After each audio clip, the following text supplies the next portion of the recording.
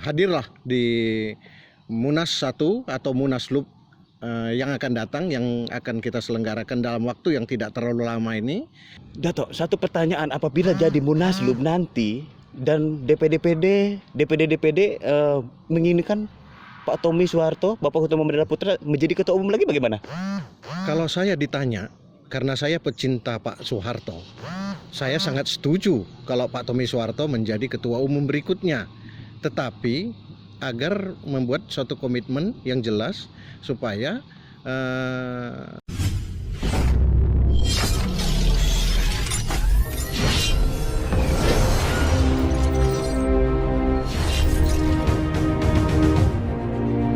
Selamat sore sahabat berkaryaku dimanapun berada, masih dengan Elhan Jakaria, dan di samping kanan saya sudah ada Dr. Dato Yudi Relawanto, SA MBA. Kalau nggak salah, mohon maaf nih.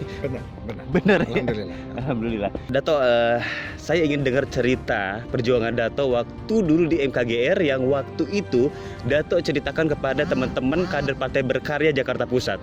Waktu pembentukan Jakarta Pusat, Dato jadi pembicara dan kader-kader waktu itu duduk melingkar, dan Dato menceritakan perjuangan Dato waktu di MKGR. Boleh saya rekam cerita itu karena ini kita dapat pelajaran banyak dari sini sepertinya. Gimana Dato? Silakan Dato. Alhamdulillah, pada tahun 89 saya hijrah ke Jakarta, dan di sanalah saya aktif di Ormas MKGR, dan dalam perjalanan di Ormas MKGR itu saya didudukkan dalam posisi Wakil Sekjen bidang OKK, persis di bawah Bapak Abdullah Puteh sebagai Sekjen. Nah, dari situlah saya dikader oleh beliau-beliau, dan saya juga bergabung dengan Pak Akbar Tanjung, Abdullah Latif, Pak Susno Yudhohusodo. Itu adalah mitra-mitra kami di MKGR, bersama juga Adiaksa.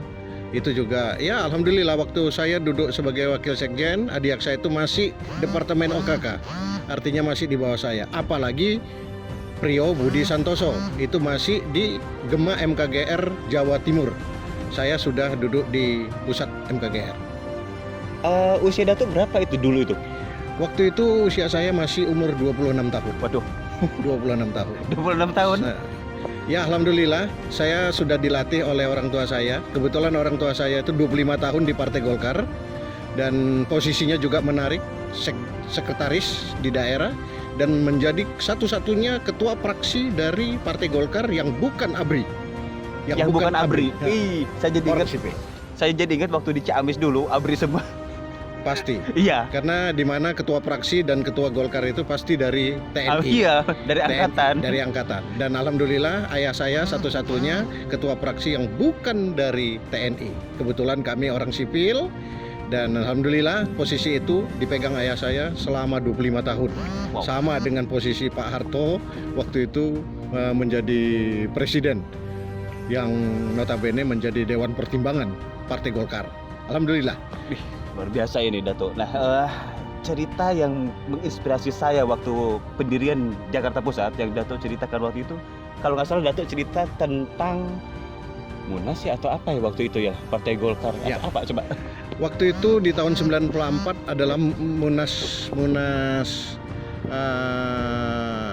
Ormas MKGR di Kinasi, dan alhamdulillah saya salah satu kandidat sekjen waktu itu, bersaing dengan Krisantono. Mungkin semua orang sudah kenal nama Krisantono di Partai Golkar. Saya berdua bersaing di sana. Alhamdulillah lebih dari 75% memilih saya, tapi saya diminta oleh Bu Min Sugandi karena saya masih muda, diminta untuk istirahat saja dulu mendampingin Pak Krisantono. Jadinya akhirnya Pak Krisantono lah menjadi ketua umum, dan penggantian Bu Min Sugandi digantikan oleh Pak Letnan Jenderal Suyono. Itulah prestasi saya yang sangat menarik di Ormas MKGR, yang saya sendiri, maaf, bukan anak siapa-siapa, dan saya hanya anak orang biasa dari perkebunan Pulau Mandi, yaitu di Kota Kisaran. Demikian. Nah, yang menarik buat saya secara pribadi sebagai politikus milenial, usia saya sekarang 35 tahun. Dan ketika Dato barusan bercerita usia Dato 26 tahun, ada nggak tahapan-tahapan untuk menuju ke situ tuh bagaimana? Alhamdulillah, sewaktu ayah saya menjadi ketua fraksi Golkar di Kabupaten Asahan, boleh cek di Kabupaten Asahan. Namanya mungkin Dato? Namanya Haji Sumadi Astono. Dari sanalah kami belajar. Waktu itu saya masih SMA, satu-satunya mungkin masih SMA sudah menjadi ketua KNPI Kabupaten Asahan. Alhamdulillah, saya satu-satunya ketua paling muda di KNPI waktu itu. Sangat milenial sekali, teman-teman sahabat berkarya dimanapun berada. Saya lakukan wawancara ini karena memang saya berpikir harus punya pembelajaran politik yang terus-menerus, nggak berhenti, continuity dan terus-menerus. Jadi siapapun juga yang bisa berbagi, ya seperti Dato Yudi Relawanto, berbagi informasi waktu itu udah lama ketika kita mendirikan DPD Jakarta Pusat, di mana kader-kader dari 44 kelurahan berkumpul. Dato Yudi memberikan pencerahan dengan cerita ini buatan diceritakan, dan itu sangat menginspirasi kami, Pak. Sampai saat ini pun kami masih berada di Partai Berkarya. Nah, satu pertanyaan menarik nih, Pak. Ada nggak hambatan selain waktu itu Bu Min bilang Dato Yudi udahlah istirahat dulu, masih terlalu muda. Kalau nggak ada Bu Min, mungkin menjadi sekjen MKGR juga waktu itu. Ya, pastinya demikian. Karena dari waktu itu masih 30 provinsi, belum 34. Masih 30 provinsi. Saya didukung oleh 75% provinsi. Alhamdulillah, kebetulan mereka tahu saya orangnya bekerja, ikhlas dan tidak nguyuh, tidak gila jabatan. Ya, mereka sendiri yang mengangkat saya seperti itu. Tapi alhamdulillah, karena Bu Min Sugandi yang meminta langsung kepada saya untuk bersedia memberikan jabatan sekjen itu kepada Bapak Krisantono, yang saya hormati juga. Kebetulan beliau senior saya juga di Golkar waktu itu. Ini menarik ketika Dato Yudi barusan menyebutkan tidak gila jabatan. Cuma boleh bicara di luar itu nggak sedikit? Boleh ya, mohon izin ya, Dato, mohon izin ya Dato ya. Waktu itu kan Dato sempat menggugat sebuah partai, kita sebutin aja Partai Berkarya, digugat waktu itu. Itu kenapa dan apa sebetulnya yang terjadi waktu itu dari versi Dato? Ya, alhamdulillah saya sebagai orang yang ikut membidanin di beberapa DPD di Indonesia ini untuk berdirinya Partai Berkarya. Alhamdulillah, partai itu sampai hari ini sukses dan walaupun tidak mendudukkan DPRD-nya. Nah, itulah salah satunya kelemahan dari pimpinan Bapak Utomo Mandala Putra. Tidak bisa memberikan kader-kader ini semangat agar supaya duduk menjadi anggota DPR RI. Tapi namun hasilnya nol sama sekali. Karena apa? Karena janji-janji yang disampaikan oleh Bapak Sekjen, Bapak Priyo Budi Santoso tidak menjadi kenyataan, karena Sekjen sempat menyebutkan bahwa semua uang saksi, perlengkapan lain-lain akan disiapkan oleh DPP, namun nyatanya nol sama sekali. Nah, bagaimana mungkin seorang pimpinan tertinggi di partai ini kalau kita berkata bohong? Ini salah satu melanggar anggaran dasar dan anggaran rumah tangga. Tapi namun saya juga sebagai fungsionaris di salah satu DPD waktu itu, saya merasakan betapa pedihnya DPD-DPD ini untuk membesarkan partai ini di daerah. Memakai uang sendiri, memakai fasilitas sendiri, tidak ada diberikan oleh DPP sedikit pun apapun. Nah, setelah masuk ke Rapimnas 3, alhamdulillah saya sampai masih bisa mengikuti. Sebelumnya Rapimnas 3, Rapimnas 1 saya memberikan masukan kepada ketua DPW saya, Bapak Brigjen Yus Kamnur. Saya memberi masukan bahwa kita prioritaskan kekuatan Pak Utomo Mandala Putra sebagai decision maker di partai ini. Namun setelah Rapimnas 3 ternyata Pak Utomo Mandala Putra tidak memahamin arti perjuangan kawan-kawan di bawah, sehingga saya merasa kecewa karena kebetulan di dalam Rapimnas 3 itu banyak aturan anggaran dasar dan anggaran rumah tangga yang dilanggar, salah satunya prematur tunggal dan lain-lain, tapi saya tidak bisa sebutkan di sini karena banyak sekali. Saya lihat ini ada kelemahan di dalam Rapimnas 3 itu, sehingga saya ajukanlah gugatan ke Pengadilan Jakarta Selatan sebagai gugatan partai politik.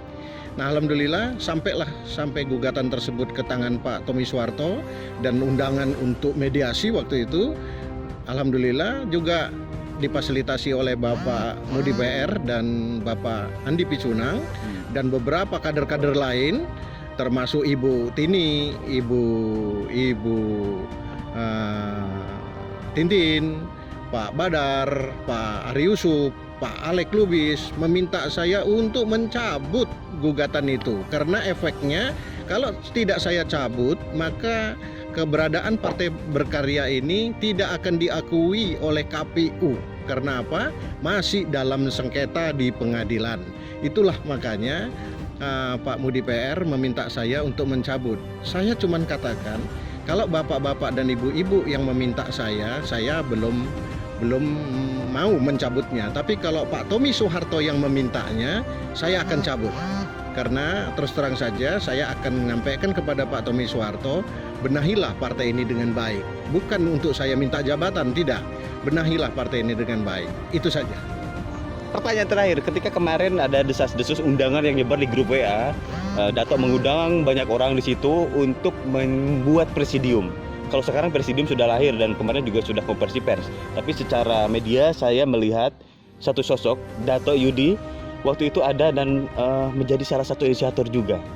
Betul sekali. Jadi Partai Berkarya ini kalau kita mau bicara konstitusi adalah presidium ini salah satu yang mengikuti konstitusi Partai Berkarya ini, walaupun ada jenjangnya dari Mahkamah Partai bla bla bla bla bla. Saya tidak dapat jabarkan di sini. Untuk cita-cita presidium ini adalah untuk mengevaluasi mana yang baik kita pakai, mana yang buruk kita buang. Itulah yang menjadi cita-cita kita. Jadi maka dari itu untuk pembenahan-pembenahan di partai ini sangat penting sekali. Sangat penting agar apa? Agar kita bisa berjuang nanti di tahun berikutnya atau kontestan pemilu di pada tahun 2024. Dato, satu pertanyaan, apabila jadi Munaslup nanti dan DPD menginginkan Pak Tommy Soeharto, Bapak Ketua Umum Adalah Putra menjadi ketua umum lagi, bagaimana? Kalau saya ditanya, karena saya pecinta Pak Soeharto, saya sangat setuju kalau Pak Tommy Soeharto menjadi ketua umum berikutnya. Tetapi agar membuat suatu komitmen yang jelas supaya partai ini mempunyai alur dari membangun partai ini ke depan. Itu harus ada komitmen dari Pak Tommy Soeharto. Saya rasa kalau Pak Tommy Soeharto menjadi ketua, oke, tidak ada masalah karena partai ini menyelenggarakan presidium ini, menyelenggarakan Munaslup ini bukan untuk membalikkan atau membumi hanguskan rejim, tidak. Cuman membenahi partai ini menjadi lebih baik. Itu saja, nggak ada lain. Salah satunya apa? Evaluasi. Evaluasi itu di mana? Ya Munas atau Munaslup. Itu saja. Luar biasa nih Dato Yudi, karena memang ada beberapa versi yang mengatakan wah Munaslup nanti ada yang maaf ya sahabat berkaryaku, ada yang bilang nanti Pak Tommy dibuang lah, Pak Tommy di inilah di itulah. Itu isu-isu yang nyampe ke saya juga dan saya sebagai kader juga harus mempelajari itu sepertinya. Nah kalau boleh tahu siapa aja nih yang ada di Munas ini, di Kementerian atau apa mungkin? Baik, peserta di Munas ini semuanya ketua DPD dan seluruhnya ketua DPW. Begitu juga ketua umum jajaran partai ini, termasuk organisasi sayap di partai ini. Itu semua hadir, dimintakan semua hadir. Agar apa? Agar bisa menyampaikan unek-uneknya. Baik melalui anggaran dasar dirubah atau diperbaiki atau disempurnakan, maupun susunan kabinetnya disempurnakan. Saya rasa itu tidak ada masalah, tergantung para peserta dari Munaslup atau Munas nantinya. Ya, sebetulnya kalau bicara untuk evaluasi, saya pikir ini harus diikuti. Jika memang kedepannya, ya saya juga sebagai kader memilah dan memilih, dan selama ini kan melihat itu kan mana nih, kenapa ini, kenapa itu, akhirnya saya juga memiliki jawaban sendiri. Tapi ya sebagai orang media, saya di sini tetap netral Pak. Jadi kalau ada apa-apa nanti ke Dato Yudi aja langsung, hubungin aja langsung. Mungkin Dato terima kasih banyak nih atas wawancara ngevlog ini. Mungkin ada closing statement atau apa yang boleh disampaikan ke teman-teman, silakan Dato. Ya, kalau saya mengharapkan hadirlah di Munas 1 atau Munaslup yang akan datang, yang akan kita selenggarakan dalam waktu yang tidak terlalu lama ini. Yang kedua, hadir dan kita menangkan atau kita jayakan Partai Berkarya ini menjadi Partai Berkarya Jaya. Saya rasa itu pesan-pesan dari saya. Terima kasih. Dato, terima kasih banyak atas waktunya dan mohon izin ini di-online-kan. Mungkin nanti ada yang dari wawancara ini menjadikan opini buat teman-teman, silakan ke Dato. 24 jam ya nomornya ya. Taruh saja nomornya di bawah. Siap. Nah, biar nanti kawan-kawan bisa menghubungin saya baik mengenai dasar-dasar adanya presidium. Jangan sampai nanti ada suhuzon bahwa presidium ini adalah gerombolan-gerombolan orang yang pengen jabatan. Itu saya rasa tidak. Biar saya jelaskan secara rinci. Hubungin aja nomor di bawah ini dan saya Eva Jakaria sebagai media partner kader-kader Partai Berkarya, silahkan jangan ragu yang ingin menyalurkan opininya. Jadi jangan cuma jadi asap di grup WA aja. Silahkan seperti kemarin saya sudah share siapa yang mau jadi narasumber, Dato Yudi langsung hubungin saya siap jadi narasumber. Ya, silahkan hubungi saya juga dan saya di sini tidak melihat Promunas, status quo dan presidium. Ya silakan aja siapapun boleh. Punya program-program bisnis terbarukan, ya silakan. Apapun juga silakan. Hubungi saya aja. Japri aja. Dato, terima kasih banyak atas waktunya dan mohon izin saya mohon pamit karena cuaca sudah ini. Ya. Dan saya nanti akan olehkan. Terima kasih Dato. Terima kasih, sama-sama.